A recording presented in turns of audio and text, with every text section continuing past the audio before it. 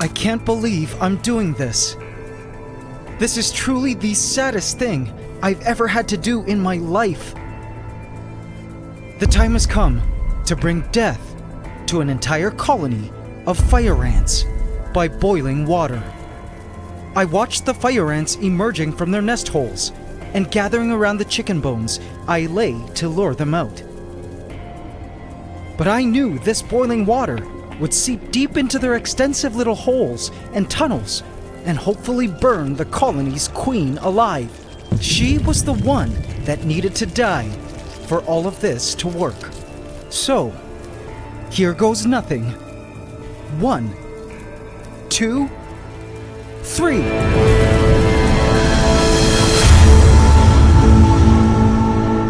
Subscribe to my channel and hit the bell icon. Welcome to the AC family.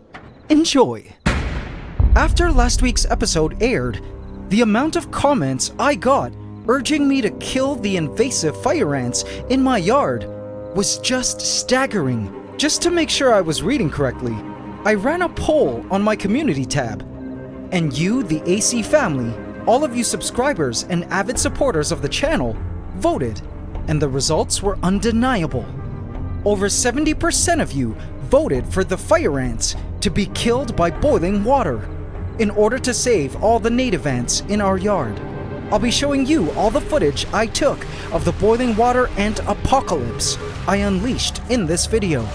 But just a warning, it's very disturbing footage, and if you're an ant lover like me, extremely heart-wrenching. It was a bit surprising to see the response from you guys wanting to kill the fire ants. I remember thinking to myself, were these people newer AC family? Were they not there when we lovingly cared for our late fire ant colony, the Fire Nation, and their predecessors, the Phoenix Empire? Fire ants, though a very destructive force in most of the world where they have invaded, actually make pretty good pets. If you can manage to deal with their searing painful stings, keep up with their growing demands for food and space, and always keep one step ahead of them in their constant plans to escape the setup you've created for them. They're a fast-growing species, full of action, polymorphic with huge supermajors, and actually quite fascinating ants to watch. I love keeping fire ants as pets, which is why, knowing I was now tasked to kill them was one of the hardest things I'd ever had to do. But it just had to be done. You see, there's a huge ant war happening in my yard, lands of which we on the channel call Antopia. It's a great Antopian war of epic proportions between two main teams of ants. Team Native Ants, the various ant species which have lived in these lands for millions of years, the true owners of these ancestral grounds that occupy the soils, the sticks, and the trees. Weaver ants, marauder ants, flower ants, slender ants, acrobat ants, polyrachus ants, Asian bullet ants, and the list continues. Having all these native ants around spells a healthy ecosystem, as each species of native ant has its own ecological purpose in the yard circle of life. However, within the past few decades, a team of very destructive ants have encroached on these lands in attempts to invade and conquer. This is the ever-foreboding Team Invasive Ants, which include black crazy ants, pharaoh ants, yellow crazy ants, and fire ants.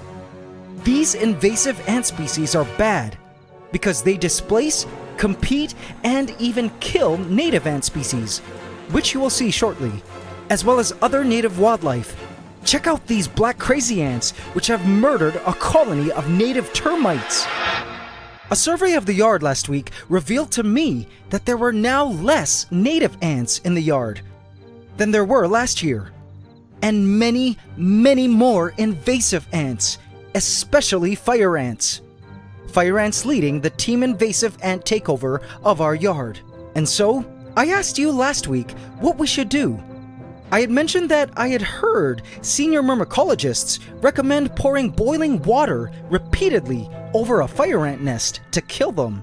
And this was clearly the popular vote. And so, AC family, the majority had spoken, and your will was my command. This was going to be crazy. First, I located the main fire ant nest. I wanted to make sure there were lots of ants at this location, because if so, it meant this was likely the main fire ant nest in which the queen was residing, somewhere below. And not just a satellite nest, which fire ants also establish. I laid down some bait, their favorite, chicken bones, to lure out the fire ants from below ground. If there would be a lot of fire ants pouring out, it was a good sign that I was at the right place and that the queen was likely somewhere below foot. Instantly, the fire ants discovering the chicken got amped up and ran back into the nest to tell the others. Soon, more and more fire ants began to pour out from underground. A few at first, but soon, a swarm. I also noticed the bait was attracting black crazy ant scouts. These ants would also be dying today if they stuck around for the next couple of minutes. I did notice an ant from Team Native crawling around, also probably attracted by the smell of the chicken. It was a lone Asian bullet ant.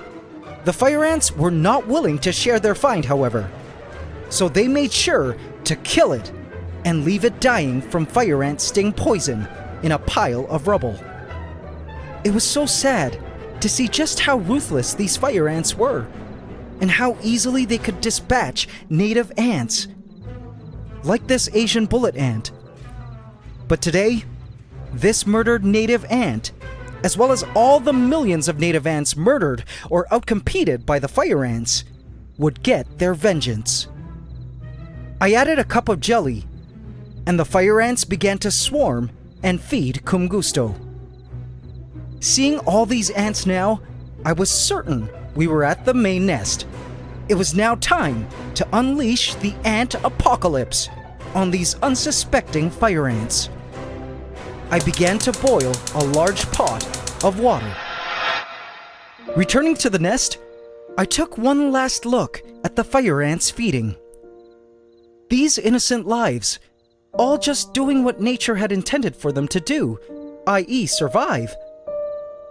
I knew it wasn't their fault that they were so destructive to my ecosystem. It wasn't their fault that their ancestral queens hitched rides on imported goods and plants that we humans imported, hence introducing these fire ants to areas like my country many years ago. None of this was the fault of the innocent fire ants, but killing them today was something I needed to do, for the sake of Team Native Ants, who were in peril now. AC family, I can't believe I'm doing this.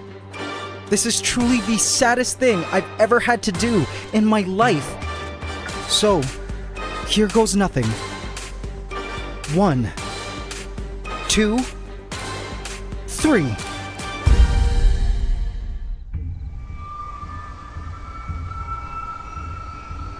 I unleashed a pillar of scalding hot water onto the fire ants.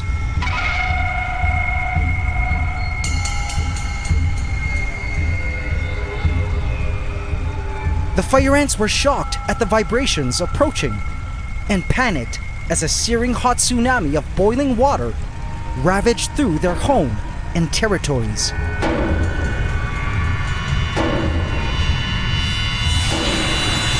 The boiling water easily penetrated the nest holes, surely making its lethal way deep into the nest interior. I poured boiling water repeatedly onto the ants until I felt it had seeped deep enough to reach their queen's chamber, some 1 meter or so deep. When I was done, I couldn't believe my eyes. The lands were littered with dead fire ant bodies. Returning ants that had wandered back from foraging screamed in terror as they scurried around the hot soils. Their home had been destroyed and family killed. An ant clamored desperately to help pick up the dying ant bodies, but even they were too scalding hot to hold. We had officially wreaked destruction on the fire ant nest. And as an ant lover, it was the most horrifying sight I'd ever seen. The guilt I felt in my heart was unbearable. But I knew that doing this was an act of saving grace for the hundreds, if not thousands, of native ant colonies in my area. I realized now that this fire ant colony was killed, the queen fire ant burned alive and unable to produce more eggs to create more fire ants. It gave all the native ants in the area a fighting chance to hopefully move back into the yard and re-establish its natural order. I also have begun to make plans to start replanting more shrubbery and trees in the area to create more habitat for the native ants and hopefully encourage them to move back in. AC family, as hard as all of this was, I knew we did the right thing. Sometimes our choices in life are tough ones. It helps when we have others to help us decide at such times, to weigh all options and share our opinions. AC family, thank you for always being so supportive on this channel and of the ants. The ant love truly abounds every time I read the comments on these ant videos. I realize this video will cause a lot of controversy because we've always promoted the non-killing of ants. And I completely understand any angry backlash that may result from a video like this. But I've had some time to think about it. And I realize that this channel is about conservation and preservation of ant life. And in eliminating these invasive fire ants from my yard, yes, it's sad, but we're doing just that. Conserving and preserving ant life. And all other local life, in fact. And so, this entire situation showed me that sometimes, to find a solution to a problem, you need to step back and see the big picture, because being too close to a problem could blur your judgment. What do you guys think? Did we do the right thing? Let me know your thoughts in the comments. There are several other fire ant nests in the yard and around the area, and I will simply have to do the same thing to those nests over the next few weeks. Boiling water is definitely a better alternative to pesticides. But just because we're killing the fire ants, it doesn't mean we can't love them.